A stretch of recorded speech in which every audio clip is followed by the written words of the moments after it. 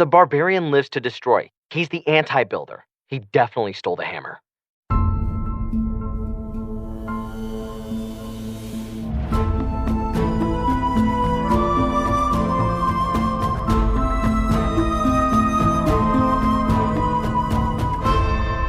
Welcome back to Hammerless, a true crime podcast in a fantasy world. Last episode, we hammered into the builder's psyche. Now, thanks to our audience, our attention has turned to the barbarian, a character who lives by the sword and falls by the sword, and the arrow, and the bomb, what players call a meat shield, only to respawn and do it all again. He's the anti-builder, the destroyer of upgrades. Hollywood would call him a mirror character, the reverse reflection of the builder. While the builder lives to build, the barbarian lives to destroy. A pattern that started at an early age, way back at Dark Ages Academy. We spoke with a classmate. Oh, I remember him. The barbarian. He was this cool kid. He had a horseshoe mustache at like 10 years old. He never wore a shirt. Somehow he pulled off sandals all year round. And the builder was a nerd. He stayed late at shop class. He reminded the teacher, assign the homework. Yeah, he was a real brown-noser. So while the builder may have built the arena, the barbarian was the star gladiator who brought the house down. That the builder then rebuilt. Was this all just a case of barbarian-builder bullying? Or a brutally baffling betrayal?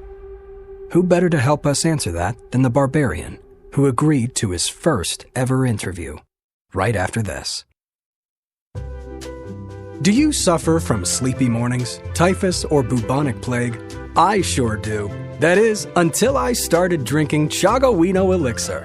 Hand-harvested from a fantasy forest and shipped in a hot air balloon to your door, it'll change your life. Infused with 200 milligrams of caffeine, B12, and dragon's mane, it's the perfect mix of drinkable and, holy sweet baby dragons, I'm awake.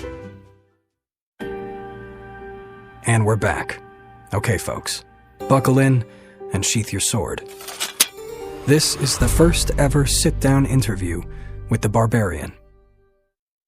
Welcome, barbarian. So tell us, why after so long have you decided to finally speak out? I see. So you came here to clear your name. Okay, tell us. How do we know you didn't steal the builder's hammer?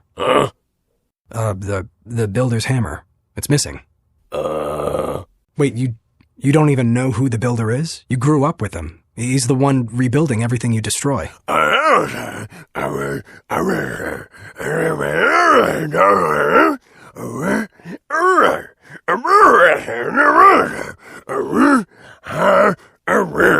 You're telling me you're so singularly focused on clashing that you never stop to think about who builds everything?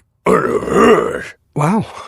Okay then. I guess you're off the hook. Is there anything else you want to leave us with? Aha! Yes, that's a nice sword. Okay.